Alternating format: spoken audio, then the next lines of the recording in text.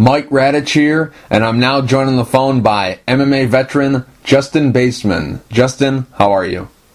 Good. How are you? Thank you for having me on. Sure, no problem. Thanks for doing it. Justin, congratulations on your victory over Daniel Roberts at War MMA 1 this past Saturday night. How pleased are you with your performance in the fight? Oh yeah, no, it's a great feeling. You know, I was in a really tight spot in the first minute of the fight, and surviving that alone is a good feeling. But yeah, getting the victory was very important for my career, and I'm very blessed, and I'm happy. To be honest, I'm really happy. Mm-hmm. You mentioned the tight spot that you were in the first round.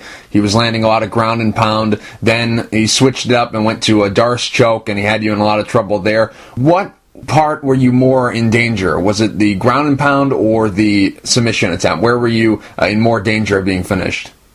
Yeah, it was. I want to say it was more the ground and pound, because he caught the kick, and I noticed a lot of my opponents been doing that. Kicking's a little tricky, but yeah, he caught the kick and swarmed me. So yeah, I was in trouble there. I was telling my good buddy the other day, it was like my life bar was flashing red, like video games, and I had to survive that. But then once I was in the choke, I do a lot of jiu-jitsu and stuff, so I feel pretty calm. But when you get the ref involved on a ground and pound, he's more likely to step in front than a bad situation with the choke, because you can actually communicate when you're swarmed with punches. You can't really communicate with the ref, and it's kind of up to him. When really you could be okay, but he has to look out for the fighter. So I'm just glad he did a great job reffing. Like I was saying, he also could have stopped me when I had Roberts in the corner, but he didn't. He let it go. He knew Roberts was okay.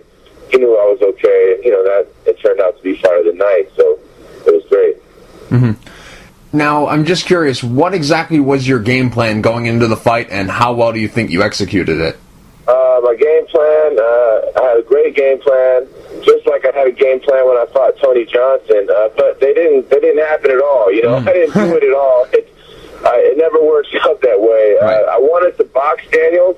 I wanted to box and move and stuff the takedowns, but once you get in there, you kind of adjust, and you can't really predict too much of a fight. Mm-hmm. Mm-hmm.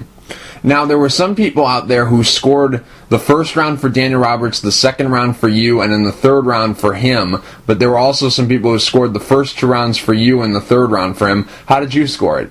I want to say the first round was him, even though it was extremely close. Mm-hmm. But for me to do what's right, I want to say he won the first round. Because, I came out and I fed him some knees, and I took him down twice. And the first round was, action-packed, but, he's the one that had me in real danger, The ref had to really worry about me in the first round, so I give the first round to Daniels, and then, the second round, I want to say I got it, because I had him trapped in the corner, and I was the aggressor. Then the third round, I want to say it was close, but I think I worked more than he did. He might have had a decent position, but I think the ref should have stood it up a little more. But I'm not going to give the ref a hard time. I think he was great. But I stayed busy. I was elbowing him in the body and in the thigh, and he was just laying there trying to figure out what to do. So.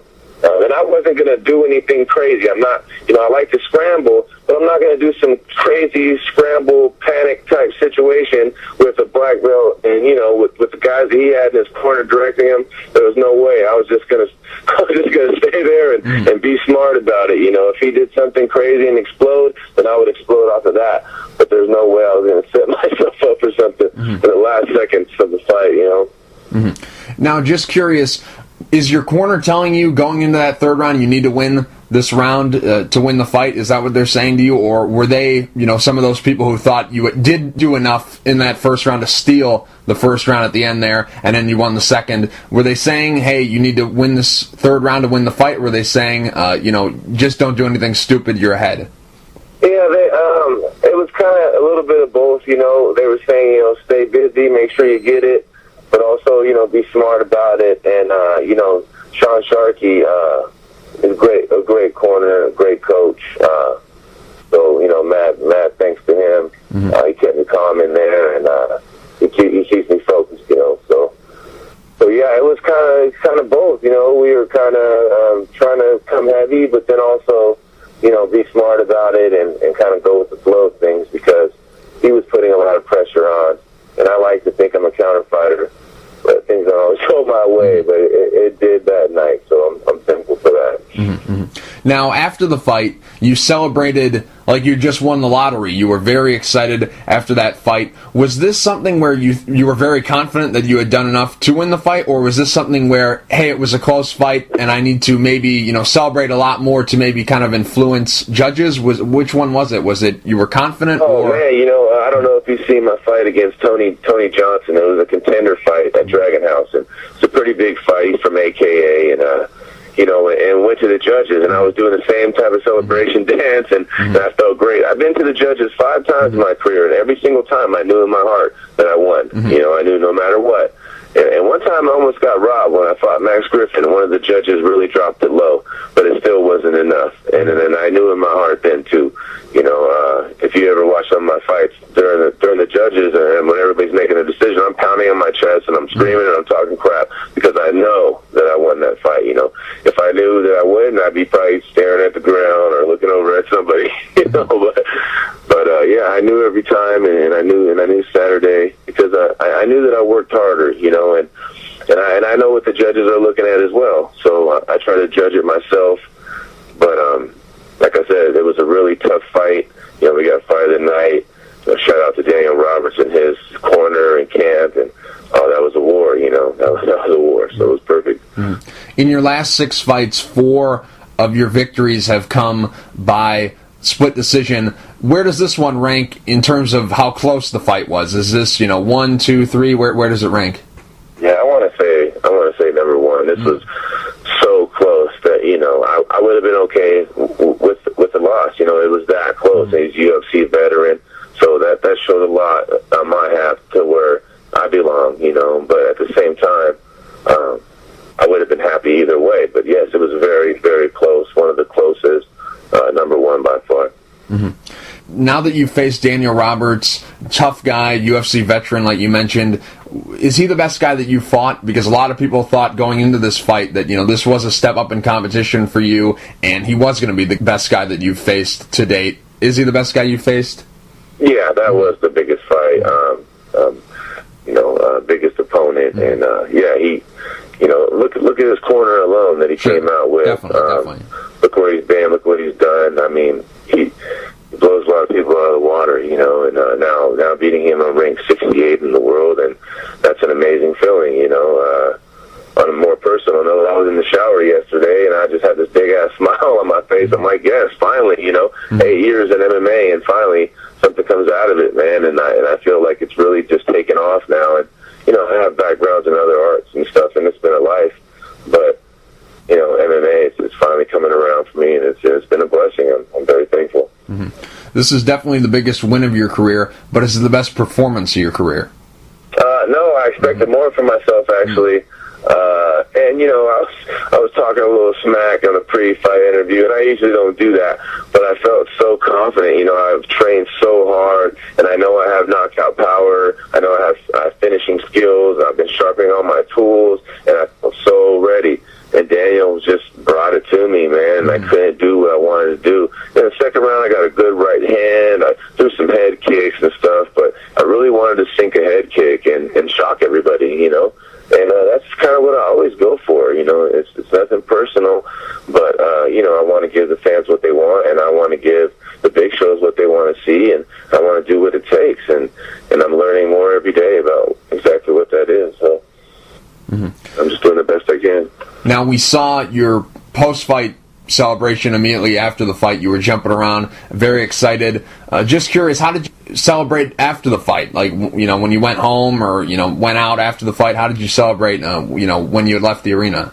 Oh, yeah, it's kind of the same thing as the last couple of fights. We've been going to Buffalo Wings, so shout out to Buffalo Wings. We went to the one in Stockton right there by the arena, and, had some food and had a couple drinks, and that was about it. Went and got some good night's sleep, and I had to hit the road and drive all the way back home, 5-hour drive, so, and now, I'm going to take a couple of days off, and then I'm back on the grind, and we'll just start sharpening everything up and stay ready. Now, going into this fight, you were a underdog. A lot of people thought that, Daniel Roberts was going to go in there, beat you, and then maybe that would be a springboard to him getting another shot in the UFC, but you were able to go out and defeat him. What kind of positive feedback and what kind of support have you gotten from fans who maybe didn't know a whole lot about you going into the fight and maybe, weren't cheering for you? Maybe they were cheering for Daniel Roberts and you were able to beat him. What kind of positive feedback and positive support have you got from fans who maybe haven't heard of you before? Well, my fan base has been growing since the fight, like crazy. I think I just got 12 new followers on Twitter during our conversation. But, it's like it has a lot to do with Nick Diaz. Sure. That show for Nick Diaz, that was everywhere. That was huge, and to be the main event was great. So, I mean, a lot of people are sending me requests and following me now, and my fan base is growing, so I'm thankful for that. So yeah, when it comes to that, it's been awesome. In your post-fight interview, you said, hey, what's next for me, I hope, is the UFC. You want at least one opportunity. You were asking for Joe Silva, Dana White, for them to take notice and, give you a shot in the UFC.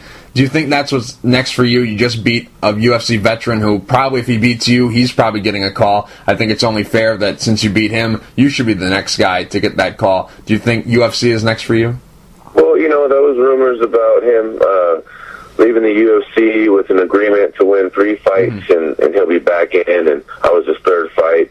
So, I was kind of the gatekeeper, and you would think that, but, I can't expect anything. I hope, with the ranking that I have now and the way things have been going for me in my career, I would hope that they would give me a shot, that's all I'm asking for, but I'm not saying, I want to get right into the pay-per-view and give me a big name, and, I'm just trying to slowly work my way in, so no, I'm not expecting anything, I'm hoping that they give me that shot, but I'm just going to, follow my manager and see what he thinks is best and talk to some people and see what we can make out of it, but it's there, and I believe that I'm right there. That's every fighter's goal, so of course I want to see the UFC, and the belt would be amazing, but I'm not even going to look that far ahead. I'm just going to train my ass off and do what I got to do. You're 8-2 in your last 10. You're currently on a 4-fight win streak. If the UFC doesn't come calling, what do you think you have to do more to get their attention? You've won some fights in a row. You beat a UFC vet. What else is it going to take for you to get that call, in your opinion? To be honest, I think I did everything I need to do. But the only thing that I haven't done is fought on a huge stage. I think that brings a little pressure, and that might even affect some's performance. But that's the only thing that I can think of. Because I fought the big names, I fought the tough fights, I went the distance. I fought 25 minutes. I have 3 different belts as a professional, and I avenged one of my losses. I don't know what else to do. Yeah, definitely. Now, you mentioned the belts. It's my time. Oh, go ahead. I was just saying, it's about my time now. Yeah, definitely. Now, you mentioned the belts, and that's one thing that I really liked when you were walking out to the cage, and I don't really know why a lot of fighters, especially on the regional circuit, don't do that. They don't really bring the belts from other organizations. For some reason, I really like that, and you had the Gladiator Challenge belt. You brought that with you. You also brought your West Coast Fighting Championships belt. Just curious, why did you decide to bring your belts? Besides, I think you do that to all your fights. You bring your belts. Why do you bring your belts to your fights, and why do you think that other fighters don't do that when they fight? Well, it's funny you ask that. I don't think too many people ask me that, but to be perfectly honest with you, I wear those belts for 2 reasons. The main reason is for people to look and say, oh, wow, he's already a champion. I think that guy's going to win. And now you got 500 people that didn't know me looking at these belts and saying, I want him to win. And that vibe, that I don't know, I think that affects me somehow. I think that good vibe going around and everybody's thinking the same thing affects the way that things happen in life. I don't know. And then, the second reason is to give back to those organizations that let me fight for that belt. Now they're being recognized, so scratch my back, I scratch yours, but it's a positive thing as well. It's like it gives me a certain glow, Coming out with my belt just brings confidence, and I like the vibe I get with it. Yeah, Yeah, I thought that was really cool. I liked seeing that, and I hope that maybe some of these other fighters who are champions in a different organization will continue to do that, because I just think that that's really neat. But Justin, you're a guy who right now has a lot of options out there. You fought for West Coast Fighting Championships, you fought for Gladiator Challenge, King of the Cage. Those organizations run a lot of shows. If the UFC doesn't come calling, where do you think you'll wind up? With one of those three, maybe another show? What do you think is next for you?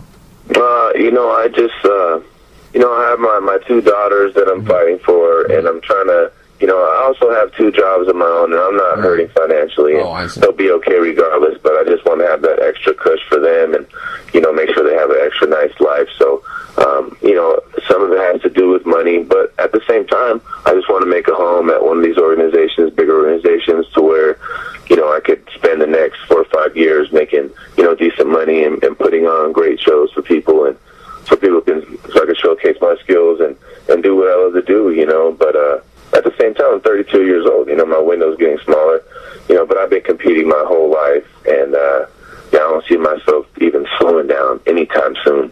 I got another 5 full years of battery in me, no doubt. Sure. But, just trying to make a home and make some decent money and put on great shows for people. Mm-hmm. Will you be disappointed if your next fight is not in the UFC? Because it really felt like after that Daniel Roberts win, when you were in the ring doing your post-fight interview, it really felt like, you were totally all in on trying to get to the UFC. Will you be disappointed if you have to fight somewhere else from now until you get that call? No. I think things are going to change drastically when it comes to purse and the way things are handled. But at the same time, I'm not going to be disappointed at all. Every day I'm proud of my achievements. My daughters are proud of me, and life is good. So, I'm not trying to bring any negativity to that. But yeah, I do want to get there, and if I never get there, then yeah, I'll be very pissed. Sure. But I don't see that happening. I think I'll wiggle my way in there somehow. Mm-hmm. What's a ideal timetable for return? Are you looking to fight, next month? Are you looking to fight maybe in August, September? What's the timetable that you're looking at for return?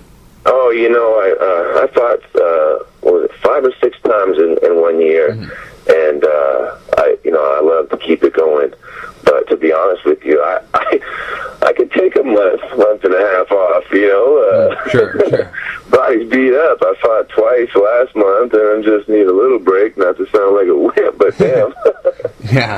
Yeah. You've been keeping a very active pace, so that's why I decided to ask that, because you've fought, like you mentioned, 5-6 times a year for a while now. You've been doing that, so that's why I decided to ask. Now, Justin, last question. This came up on the broadcast, and the commentators who were in the show didn't have an answer for it. They didn't have, a clue of what your nickname means. Your nickname is Raw Deal, so I'm just curious, how did you get that nickname?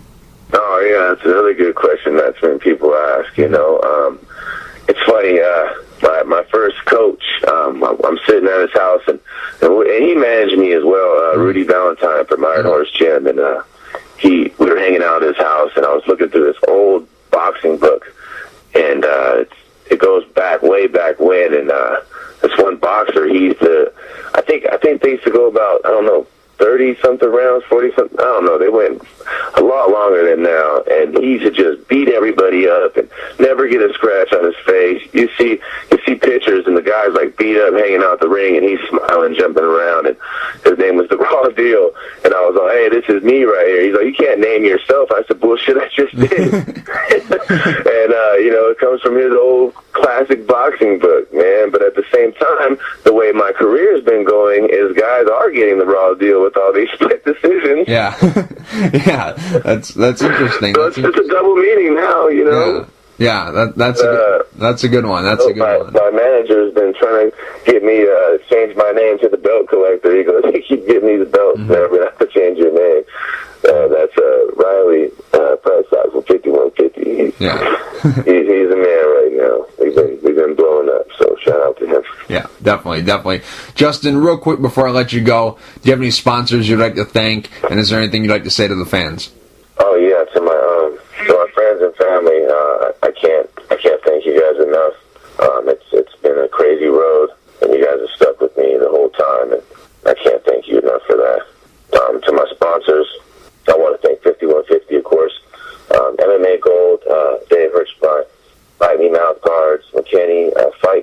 Sean and Rick, I see you guys. What Happens, Rick Colup, thank you for everything. Get Some, MMA KO, Liquid Nitro, Vasilia's MMA Gear, and Creative Vision Printing. And I want to thank all the guys that have been helping me at these gyms, and all my friends on Facebook. And man, it's just been really coming together, and no man walks in there alone. So I want to thank all you guys out there. Justin, thank you for taking the time to talk. I really appreciate it. Okay.